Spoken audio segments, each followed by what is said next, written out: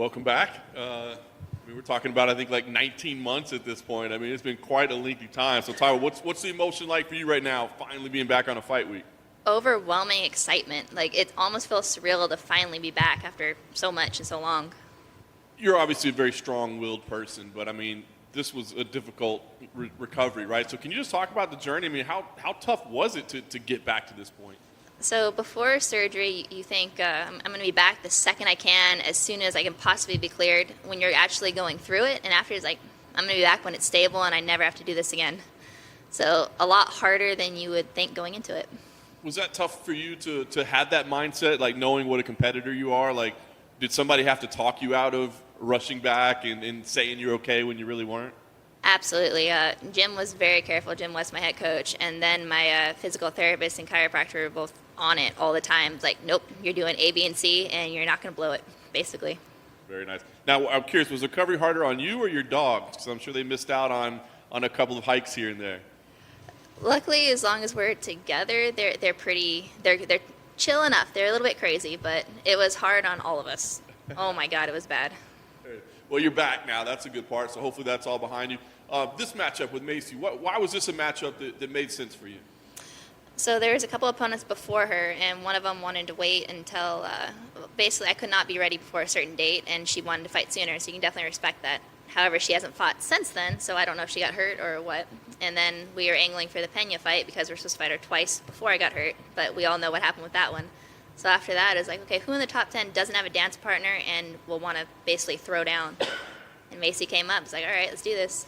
Very nice. I think she felt like maybe you guys targeted her. You know, she's kind of new to the top 10 and, you know, maybe thought, oh, easy pickings. But No, not at all. It's just legitimately, okay, who still doesn't have somebody to fight? It's like, all right.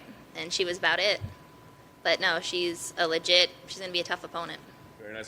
So what do you think? Because you said, you know, that she's willing to throw down. I mean, that is kind of her style, right? So what do you think about her style? I think she's willing to engage everywhere. I think she'll strike, she'll grapple, she'll clinch. And she's pretty good at all of it. So I think she's not afraid to throw down in any of the different facets of MMA. As long as you've been out, I mean, you still maintained your ranking, obviously. So everybody, I think that shows what people think about you as an athlete and as a fighter. So, I mean, are you thinking about the title the way you were before you went out? Or is this more like, I need to slowly rebuild a little bit and know?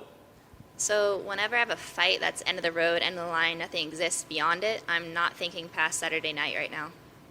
If for some reason after this, you know, they said, hey, you know what, you're next. I mean, do you feel physically ready, or do you feel like, I got to get in there and know what this feels like to be in there? If I wasn't 110% ready to be back right now, if I had any question in my mind, I wouldn't be back. Fair enough. Last thing for me, what is the goal on Saturday? Is it just, you know, pick up another win, maintain that ranking, or do you feel like you got to reclaim something? You know, like go in there and make a statement, be like, hey, remember when you guys thought I was, you know, the next big thing? I still am.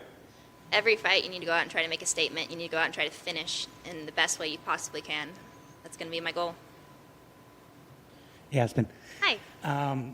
So, you know, you're a very outdoorsy person, and when you were recovering from your knee surgery, I mean, how did you keep sane?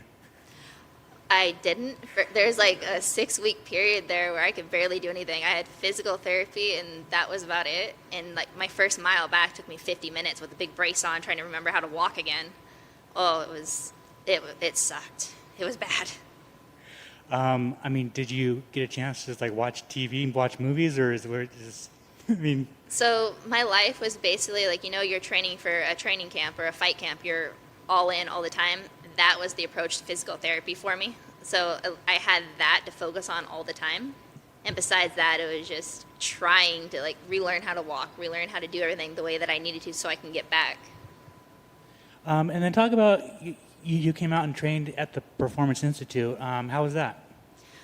We try to do that every fight camp. It's awesome because there's so many of us, so many fighters, and we have camps all over the world. So when you want to meet, it's a fantastic place to meet.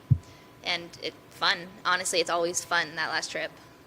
What's a perfect performance on Saturday? Like, what do you want to knock out? Do you want a dominant 3-round beatdown? Do you like what's a great performance that would make you smile?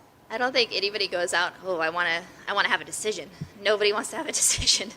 So anything but that, but Some people are just, they're a tough fight.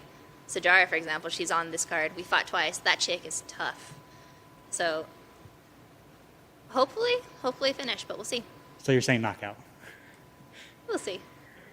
Cool. Thank you. No problem.